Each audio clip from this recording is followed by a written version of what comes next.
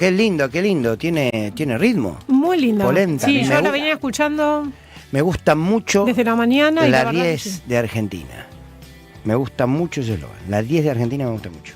Bueno, muy bien. ¿A vos te gustaban todos? Me encanta. Perfecto. Vos que sos bailarina es para Sí, bailar. me encanta. Bueno, varias cosas. Ayer, Karina Milei cerró un congreso de la Libertad Avanza bonaerense en Mar del Plata. Y donde dijo algo muy claro, se los voy a leer textual. La hermana del presidente, la secretaria principal del gobierno nacional, dice: tenemos que ir por la reelección de Javier Milei en el 2027. Clarísimo, Milei va por la reelección. Cosa que tiene todo su derecho, cosa que está muy bien, y estoy pensando ya ahora, a 2 años, porque en 9 días se cumplen 2 años, ¿no? A 2 años de las elecciones del 2027, no voy a hablar sobre el 2027, pero sí me parece que tenemos hoy elementos para pensar cuál puede ser el escenario de construcción política o cuál debiera ser el escenario que le dificulte a Milei la posibilidad de ser reelecto. La primera comparación que uno podría hacer es con el menemismo y decir, hay tanto parecido en las políticas económicas, en la reacción social, en el desmembramiento de la oposición. Es tan similar el de este presente como el que sucedió en el primer gobierno de Carlos Menem, que uno entendería que se puede dar un camino similar y que un Milei podría ser reelecto.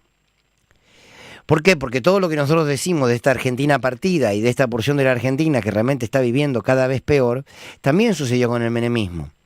Pero la impronta de los medios, la impronta de una clase media, que si tiene trabajo, 1 o 2, mal o bien la pelea, y la instalación mediática de con tal de que no vuelva el peronismo, es mejor pelearla que vivir bien con el peronismo, un poco la ecuación es esa, de algunos, te construye un escenario que puede ser considerado similar.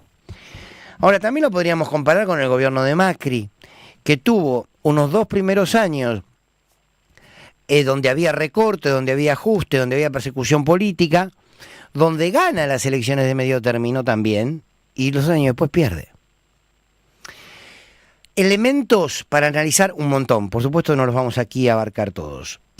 Multicausal, por supuesto. Voy a elegir uno para compartir con ustedes, voy a elegir uno, que es que muchas veces depende de cómo esté la oposición, de qué peso tenga la oposición, de cuán profundo sea su rol, como para golpear en el buen sentido, electoralmente hablando, las posibilidades en el 2027 de una reelección, de este o de cualquier otro gobierno.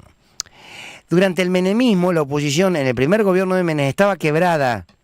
El grupo de los 8, que luego es el Frente Grande, que luego es el Frente País, de donde sale Chacho, donde sale Mejía, donde sale Ibarra, donde sale Caviglia, donde salen tantos. Caviglia después termina con Cavallo, pero digo, llevó un proceso y se hizo fuerte en el segundo gobierno de Menem. Entonces, la fragmentación de la oposición siempre es un cheque en blanco para, que se quiera o no, con intención o no, para el Ejecutivo. A diferencia del gobierno de Menem, la oposición en el gobierno de Macri estaba ordenada. Cristina rápidamente, en cuanto la citan a Comodoro Pi, a los pocos días, creo que fue enero o febrero, no me puedo acordar, que la citan a Comodoro Pi, habla de unidad ciudadana, se empieza a tener una resistencia medianamente articulada, y la decisión de Cristina Kirchner de convocar a Sergio Massa y a Alberto Fernández y construir el Frente de Todos fue lo que finalmente termina unificando a la oposición y se le gana a Macri. Diferencia con el menemismo, fundamental en términos de oposición. Lo mismo le pasa a Cristina cuando gana febrero, me dice Gallego Fernández Llorente, gracias. Sí, claro, enero es feria, claro, gracias Gallego, tantos colegas y amigos al tanto, dándonos una mano. En febrero fue lo de Cristina en Comodoro Pi. Ahora, si nosotros vamos, por ejemplo, a la elección de Cristina Kirchner, en su primera elección como presidenta y en la segunda, tenía la oposición fragmentada también. Me acuerdo cuando fue candidato Wiener, fue candidato a Carrió, fue candidato, ¿se acuerdan? No superaban el 12-13% de los votos y Cristina se lleva por encima del 50%.